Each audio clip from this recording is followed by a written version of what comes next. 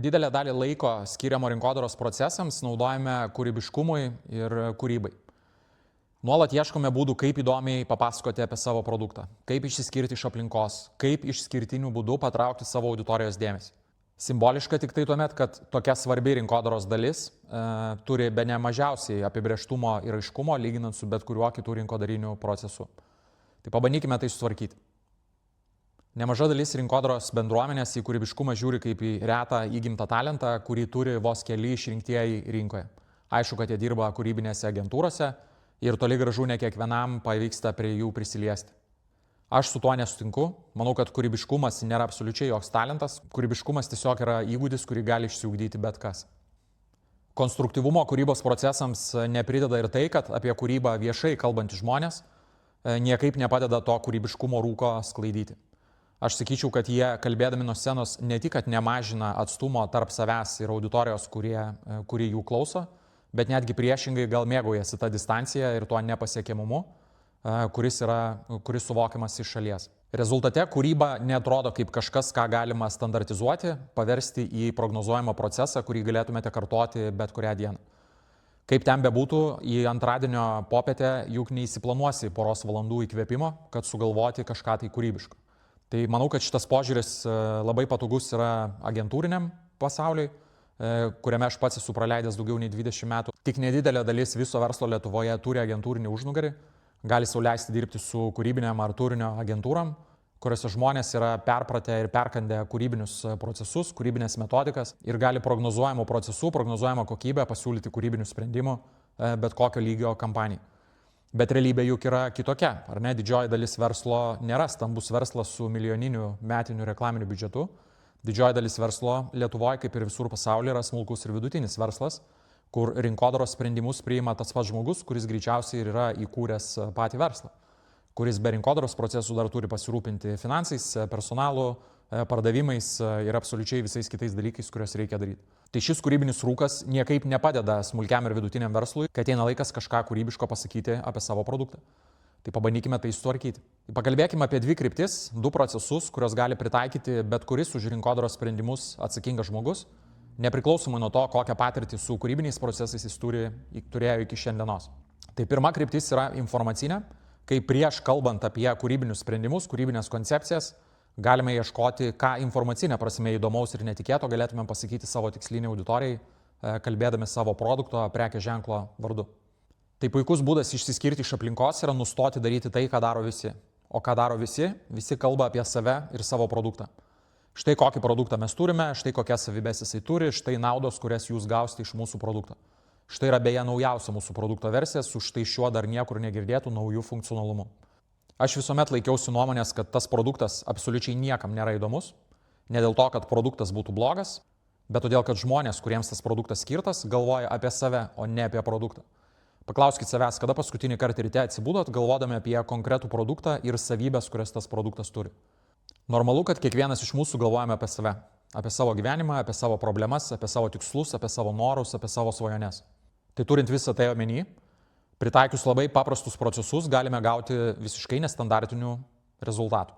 Pavyzdžiui, paimkime hipotetinį prekės ženklą, kuris siuva rankinės. Ir vienas iš produktų yra delninės, kurios yra skirtos moteriams, merginoms, kaip išeigos rankinė. Tradicinis požiūris kalbėjimo apie save reikštų, kad ieškotumėm argumentų, ką čia dabar įdomaus galime pasakyti apie savo produktą, kokią savybę akcentuoti.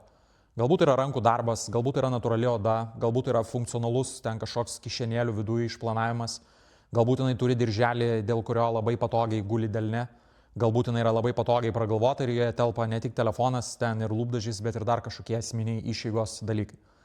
Problema yra tame, kad kiekvienas kitas delninė siūlantis prekės ženklas gali pasakyti ir sako lygiai tą patį. Jeigu tuo tarpu mes nustotumėm kalbėti apie patį produktą ir pradėtumėm kalbėti apie tikslinę auditoriją, jos tikslus, lūkesčius, norus ir svajones, dalykai pasidaro gerokai įdomesni. Tai šalia delninių, kurios kalba apie rankų darbą, natūralią odą, ten dizainerio vardą ir panašiai, įdėkime hipotetinį pavyzdį, kuris kalba apie nematomą karūną, kurią moteris ir merginos dėvi kas kartą išeigos metu, kas kartą eidamos į miestą. Tai vietoj to, kad kalbėti apie techninės produkto savybes, nepalyginamai įdomiau ir paveikiau yra kalbėti apie laikyseną, pasitempimą, apie teigiamus lūkesčius, kurios turi išeigos kontekste prieš einant vakare į miestą. apie tą nematomą karūną, kurią dėvi kiekvieną kartą, kai išeini out. Paimkime kitą pavyzdį. Sakykime, kad dirbam su juvelyriniais dirbiniais, kurie turi inkliuzus. Grįžtu namo, padovanoju žmonai smulkmenėlę, sakau, štai yra pakabukas, kuriame yra smėlio inkliuzas. Skamba gal ir negirdėtai, bet nėra savaime įdomu, ar ne? Nebūtinai tai yra teigiamas dalykas. Versus alternatyva to paties produkto, kur aš grįžęs sakau, štai išrinkau tau smulkmeną, pakabukas ant kaklo, kuriame yra smėlis nuo parnidžio kopos, kurioje aš tau pasipiršau. Tas pats produktas, tas pats inkliuzas, tas pats smėlis, kardinaliai kitokia reakcija. Galbūt tas inkliuzas yra nebūtinai nuo parnidžio kopos, galbūt jis yra iš paplūdimio, kuriame mes buvome kelionės metu, kuriame užkandžiavome, gėrėme vyną ir tiek kalbėjome, kol sutemo ir sušalom. Galbūt tas paplūdimys buvo kažkurioje Graikijos saloje, kur pirmą kartą pliaže matėme avis. Ar bet koks kitas prisiminimas, kuris mums yra svarbus. Toks produkto pristatymas tampa priemonė įamžinti bet kokį sentimentalų, prasmingą, brangų prisiminimą, kurį konkretus žmogus turi. Ir nors produktas irgi atlieka svarbų vaidmenį, mes nebekalbam apie produkto savybes, sudėtį ir kitus dalykus. Mes produktą inkaruojame prie prisiminimo, kuris yra svarbus konkrečiam žmogui. Ir taip galima judėti su bet kokiu produktu. Mes galime imti vyno degustacijas, kurios savaime nėra įdomios ir nėra girdėtos, bet jei atsispiriame nuo įžvalgos, kad neatsimenu, kada paskutinį kartą esu praleidęs valandą laiko atsijungęs nuo viso aplinkinio pasaulio ir sukoncentravęs dėmesį į kažką, kas man asmeniškai yra įdomu, staiga vyno degustacija gali tapti priemonė padaryti būtent tai. Keramikiniai podeliai, ar ne, arba kavos ir visi mačos pasiūlymai esantis rinkoje savaime nebūtinai yra įdomu, bet jeigu atsispiriame nuo įžvalgos, kad vėlgi ryte vos atsibudus dienos tempas pagauna ir nebepaleidžia iki vakaro, tas pirmas rytinis podelis gali tapti paskutinę progą dienos bėgė pabūti su savimi ir savo mintim bent 10 ar 15 minučių. Ritualas, kuris yra jūsų ir niekieno kito. Ne socialinių medijų, ne e-mailų, ne pranešimų ir ne jūsų kalendoriaus planų, kurios turite susidėlioję tai dienai. Šitie pavyzdžiai yra hipotetiniai. Kas juose bendro, kad išskirtinumas yra pastatytas ne ant konkrečios produkto savybės, ką produktas siūlo, bet ant dalykų, kurie yra svarbus tiksliniai auditorijai. Dalykai, kurie rinkoje išsiskiria iš aplinkos ir įsimena, jie yra paremti ne tiksliausiai apibūdinta produkto specifikacija, naujausių savybių akcentavimu, bet kalbėjimo apie tai, kas iš tikrųjų svarbu tiksliniai auditorijai. Labai aiškaus ir tikslaus supratimo, kuo tie žmonės gyvena, su kokiom problemom susiduria, kokius tikslus turi, kokių norų ar svajonių siekia ir produkto pateikimu būtent tokiame kontekste. Produktas įgalina išspręsti vieną iš tų problemų, prisėda prie tikslo pasiekimo, svajonės įgyvendinimo ar tiesiog problemos eliminavimo. Viena iš paprasčiausių metodikų, kurios veda prie tokio tipo mąstymo, yra tai, ką aš vadinu 6 vertės sluoksnių matrica. Tai yra 6 skirtingi lygiai, kuriais galima kalbėti apie bet kokį produktą. Labai paprastas workshopas, kurį savo produktui galite pritaikyti per 15 ar 20 minučių. Tai net ir šitą video pasižiūrėjus, pasiimkite lapą popieriaus, pasiimkite pieštuką ir susirašykite 6 pjūvius, kuriais galite kalbėti apie produktą. Pirmi 2 yra pažįstami ir lengvai nuspėjami, juos tikriausiai mokate mintinai. Tai pirmame lygyje yra visos produkto savybės, kurias produktas turi. Antrame lygyje yra visos naudos, kurias tos savybės leidžia sukurti. Kas iš to yra tikslinė auditorija. Tai pirmi 2 lygiai iš 6 yra tai, ką daro visi aplinkui jūs. Įdomybės prasideda nuo 3 lygio keliaujant į viršų. 3 lygyje pasidarykite sąrašą visų problemų, kurias galite padėti išspręsti ir problemų plačiaja prasme. Tai nebūtinai turi būti problema, kur man fiziškai skauda. Tai gali būti tikslas, kurį aš turiu, noras, kurį aš turiu, svajonė, kurią noriu įgyvendinti, kažkas, ką aš noriu pakeisti į geresnę versiją savo gyvenime. 4 lygiui reikia pagalvoti, kas galėtų būti priešas, su kuriuo jūsų prekių ženklas kovoja. Ir tai yra ne konkurentai, tai yra kažkokia neteisybė, kažkokia norma, su kuria jūs absoliučiai nesutinkate. Tai yra kažkas tokio, ką vos tik jūs pasakysite garsiai, jūsų tikslinė auditorija sakys fuck yes ir stos paskui jūs kaip paskui vėliavnešį.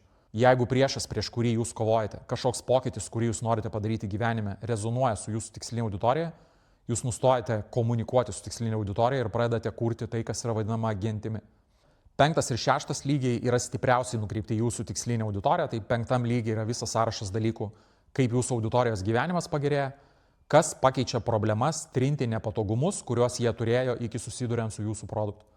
Ir 6 lygiai yra tai, kas vadinama yra auditorijos transformacija, kuo jūsų tikslinės auditorijos atstovas tampa jūsų produkto dėka. Iš kokio žmogaus, kokiu žmogumi jis tampa. Tai tikrai labai paprastas pratimas, 6 lygių matrica, 6 skirtingų tipų klausimai, kuriuos reikia atsakyti, 15-20 minučių brainstormas, lapas popieriaus, pieštukas ir turite visą sąrašą dalykų, apie kuriuos galite kalbėti savo produkto vardu. Pirmasis ir antrasis lygiai yra tai, ką daro didžioji dalis jūsų konkurentai. Viskas, kas prasideda nuo trečio lygio ir į viršų, yra potencialios galimybės išskirtinumui. Būtent ši metodika ir leidžia sugalvoti išskirtinius būdus kalbėti apie produktą, kuriuos prie pavyzdžių minėjau šiek tiek anksčiau. Kai nustojame galvoti apie save, kai nustojame kalbėti apie savo produktą, pradedame galvoti apie tikslinę auditoriją, kuo jie gyvena, kaip jie jaučiasi ir kas jiems yra svarbu, atrandame visą krūvą netikėtų kampų, kaip galime įdomiai pristatyti savo produktą ir tas pristatymas iš tikrųjų turi potencialo išsiskirti iš aplinkos, rezonuoti. Tai čia pasinaudosiu progą priminti, kad balandžio 20 dieną aš darau nemokamą paskaitą, webinarą, kuriame detaliai supažindinsiu su metodika, kuri leis tikrai iš arti susipažinti su savo tikslinė auditorija, perprasti, kas jiems yra svarbu, kuo jie gyvena, įsigilinti į jų ten trintį, kurią jaučia kiekvieną dieną, tikslus, norus ir svajonės. Tai paskaita vyks balandžio 20 dieną, paskaita yra nemokama, nuorodą į paskaitos registraciją rasite šito video aprašyme. Antra kryptis, kaip galime išsiskirti savo tikslinės auditorijos akyse, tai yra jau toks labiau akademiškas ir tradicinis klasikinis reklamiškas požiūris į kūrybiškumą. Tai yra kūrybinės koncepcijos arba kūrybinės idėjos. Tai yra kūrybiškas būdas, kūrybinė metafora iškomunikuoti kažkokią tai aiškę žinutę, kurią įsivardinote savo prekės ženklo kaip pagrindinę. Kitaip sakant, tai yra tai, kuo kūrybinės agentūros padeda visiems klientams, su kuriais jie dirba. Aš 20 metų praleidau dirbdamas nepriklausomos agentūros pusėje, kasdieną dirbdamas su vis kitomis užduotimis. Ir kadangi agentūra nepriklausoma, niekada neturėjom jokio tinklinio užnugario, niekas iš jokio centriuko, jokiomis kūrybinėmis metodikomis su manimi nepasidalino. Tai teko atsirinkti iš visos viešai prieinančios informacijos, tai, kas galėtų būti naudinga. Aš išanalizavau tūkstančius reklaminių sprendimų, suradau bendrus vardiklius tarp jų ir paverčiau juos į metodikas, kurias pats taikau kiekvieną dieną. Tai viena iš šitų pavyzdinių metodikų čia ir pasidalinsiu. Kūrybinė metodika, kurią aš naudoju, aš ją vadinu kūrybinė lygtimi, nes kaip tikrą lygtį kažkas ją turi išspręsti. Tai šita metodika leidžia kurti tokius kūrybinius galvosukius arba lygtis, kurias jūsų tikslinė auditorija išsprendžia pati. Kūrybinė lygtis savo auditoriją veda per 3 patirties etapus. Gera kūrybinė lygtis visų pirma išsiskiria iš aplinkos ir prikausto dėmesį. Antrų numerių, kūrybinė lygtis turi pagal apibrėžimą kažką neiškaus savyje. Kažkas, kas iš pirmo žvilgsnio yra ne iki galo aišku. Tai sužadina smalsumą ir žmogaus smegenys taip jau veikia, kad juda neiškumo link ir bando tą neiškumą eliminuoti. Na ir jeigu lygtis yra sudėliota tinkamai, toje pačioje lygtyje yra pateikiama tekstinė žinutė, kuri veikia kaip lygties sprendinys, kuris leidžia sudėlioti taškus ant į. Tai pasižiūrėkime keletą pavyzdžių, kad suprasti iš arčiau. Tai, kaip sakiau, kūrybinės lygtis turi 3 patirties etapus. Mes turime kažką, kas atkreipia dėmesį, tai turime žmogaus galvą, kuris sklendžia aukštai virš triukšmingos statybų aikštelės, kažką, kas sukelia smalsumą, kažkoks neaiškumas, netikėtumas, kažkas, kas nustebina vizualią, ar ne? Tai šiuo atveju turime kaklą, kuris yra tikrai hiperbolizuotai ilgas, natūralus klausimas, kodėl kaklas toks ilgas, ir trečia stadija yra aiškumo, kur mes išspręstumėm visą galvosūkį ir suprastumėm, kodėl tas kaklas yra toks ilgas. Tai šiuo atveju, kaip sakiau, nes turime rinkos lyderio triukšmą slopinančias ausines, su kuriamis tu būsi virš triukšmo. Analogiškas produktas kito gamintojo, Bose, ar ne, matome ekrane nedidelį vilkšunį, kuris matosi, kad loja, bet pats šuo yra labai nedidelis. Tai patirties etapai yra tie patys, ar ne, kažkas, kas atkreipia dėmesį, prikausto dėmesį ir sukelia smalsumą ir suteikia aiškumą. Tai dėmesį patraukia faktas, kad šuo yra labai sumažintas, labai nedidelis šuo, didelėje baltoje erdvėje, kas sukelia klausimų, ar ne, kodėl šis daug triukšmo keliantis šuo yra toks mažas. Ir paaiškinimas yra apačioj, šiuo atveju net nėra atskiros informacinės tekstinės žinutės, yra tiesiog bendrinis produkto apibūdinimas. Bet suprantame, ar ne, kad su Bose triukšmą slopinančiom ausinėm sumažinsite triukšmą. Sumažinsite triukšmą, raktinis žodis sumažinsite, paaiškina, kodėl šuo yra toks mažytis. Turime itin aštrius peilius iš WMF prekės ženklo, ar ne, vėlgi visi 3 patirties etapai. Čia šiuo atveju dėmesio atkreipimas ir smalsumo sukelimas yra pasiekiamas tuo pačiu vizualu, nestandartinis nematytas vaizdas, natūralus klausimas yra, kodėl tas paukštis su chirurginė precizika yra perpjautas pusiau. Todėl, kad WMF peiliai yra aštresni nei manot. Kas patraukia dėmesį? Tai kad peilio ašmenys ir šalia jos besimėtanti per pusę perpjautą musę. Kas sukelia smalsumą? Natūralus klausimas, kas čia tiksliai atsitiko tai musiai, kodėl jinai yra perpjauta per pusę. Na ir aiškumas yra suteikiamas su tekstinė žinute apačioje. WMF peiliai yra aštresni nei gali pasirodyti. Tai čia matom tokį dramatiškos situacijos pabaigą, o visą istoriją dramatišką, kaip viskas vyko, susikūrėm savo galvoje. Atskrido musė, atsitupė ant peilio ir peilis yra toks aštrus, kad jinai tiesiog persipjovė save pusiau. Čia turime tokį 180 laipsnių apsuktą kampą, kur ta pati technika yra panaudota suformuluojant negatyvę žinutę ir vizualas perteikia negatyvę žinutę. Tai kas patraukia dėmesį? Mes turime dantų šepetėlį su mažomis plytomis vietoje dantų pastos. Normalus klausimas iš karto, tai kodėl ant šepetėlio yra plytos, o ne dantų pasta? Ir paaiškinimas yra apačioj, kai kurios pastos yra per šiurkščios, Pronamel yra netokia, ar ne? Parodijuota Da Vinčio paskutinės vakarienės versija, kurioje visi dalyviai yra graužikai. Normalus klausimas, kodėl graužikai atkartoja šį ikonišką paveikslą. Paaiškinimas, kad su Mortein žiurkių nuodais ši vakarienė jiems iš tikrųjų bus paskutinė. Turime Colgate tarpdančių siūlą. Kas patraukia dėmesį? Mes turime kivį perpjautą pusiau, visos sėklos yra ne kivio viduje, o mėtosi šalia. Normalus klausimas, kuris kyla, kodėl sėklos taip lengvai iškrito iš kivio, kodėl sėklos yra ne kivyje. Na ir paaiškinimas, kurį suprantam patys, nes tekstinės žinutės nėra, matom tik produkto vizualą, nes Colgate tarpdančių siūlas lengvai pašalina maisto likučius. Tame tarpe ir vaisių sėklos, kurios dažnai užsilieka burnoje, stringant tarp dantų. Kas patraukia dėmesį? Mes matom oro kondicionierių, vietoje oro pūtimo grotelių jos atrodo tarsi penklinė su muzikos raktu, bet penklinė neturi nei vienos natos. Klausimas, kodėl yra penklinė ant oro kondicionieriaus ir kodėl ta penklinė neturi nei vienos natos. Po apačia matome paaiškinimą, ultra quiet, nes šio prekės ženklo oro kondicionieriai yra ypač tylūs. Nėra garso skleidžiamo, reiškia nėra natų, penklinė yra tuščia. Susijungia taškai ant į, lygtis išspręsta. Visų puikiai pažįstamas dinozauras rodomas kaip benamis. Kodėl dinozauro gyvenimas pasisuko tokia prasta linkme? Todėl, kad tekstiniam paaiškinime matome su O2 namų internetu ryšys yra nuobodžiai stabilus. Nuobodžiai stabilus ryšys reiškia niekada nesate neryšyje, tai reiškia, kad niekada nežaidžiate dinozauro žaidimo, o tai reiškia, kad dinozauras neturi darbo, ar ne? Turime čiulpinuką, kuris mėtosi ant žemės, visai eilė skrusdėlių, bet skrusdėlės absoliučiai ignoruoja čiulpinuką. Kodėl skrusdėlės ignoruoja čiulpinuką, kurį turėtų būti aplipę nuo pradžios iki pabaigos? Todėl, kad kaip matome tekstinį paaiškinimą pačioje, čiulpinukas yra becukris. Na ir paskutinis pavyzdys su šuniuku, kuriam šviečianti burna, kaip matom, šviečia iš, taip sakykim, nugaros. Kas čia tiksliai vyksta su tuo šunim, tai irgi ieškome paaiškinimo, kas čia vyksta. Apačioje matom paprastą tekstinę žinutę, for healthy digestion, sveikam virškinimui. Kaip galime parodyti tikrai išskirtinai sveiką virškinimą, kai niekas neužsilieka viduje. Kaip galime parodyti, kai niekas neužsilieka viduje. Na tai va taip, šviečiat į burną, šviečia per kitą pusę. Atkreipia dėmesį, sukelia klausimų, tekstinis paaiškinimas tuos klausimus atsako. Tai kaip matom, visi pavyzdžiai veda savo auditoriją per tuos pačius 3 patirties etapus, kuriuos minėjau. Tai yra dėmesio atkreipimas, vizualai vienaip ar kitaip išsiskiria iš aplinkos ir patraukia dėmesį. Kiekvienam vizualiai yra kažkas, kas yra netikėto ir ne iki galo aiškaus, tai sužadina smalsumą ir skatina sukoncentruoti pilną dėmesį auditorijos, bandant išspręsti tai, kas yra neaišku. Na ir galų gale visais atvejais turime tekstinius paaiškinimus arba likusią konteksto dalį, kuri leidžia sudėlioti taškus ant į ir suteikia 100% aiškumą to, kas buvo bandoma pasakyti. Pasižiūrėkime tada vieną paprastą kūrybinį procesą, kurį galite pritaikyti kiekvienas su sąlyga, kad turite labai aiškę informacinę žinutę. Viena iš kūrybinių technikų, kurias aš naudoju kasdieną, yra tai, ką aš vadinu analogijų kūrybinė technika. Jinai skatina savo produktą pakeisti kažkokiu alternatyviu objektu, turinčiu panašią savybę į jūsų produktą. Pavyzdžio paprastumo dėlei įsivaizduokime, kad dirbame su labai paprastu produktu, kad turime labai aiškią informacinę žinutę, susidedančią iš vieno būdvardžio ir vieno daiktavardžio. Aštrus peilis, tylus kondicionierius, švelnus dantų šepetėlis, greitai skalbiantis skalbyklė ir panašiai ir panašiai ir panašiai. Būdvardis plus daiktavardis. Produkto savybė plus produktas. Tai sekančiam pavyzdžiui įsivaizduokime, kad dirbame su peilis. Ir mūsų žinutė yra aštrus peilis. Procesas yra labai paprastas.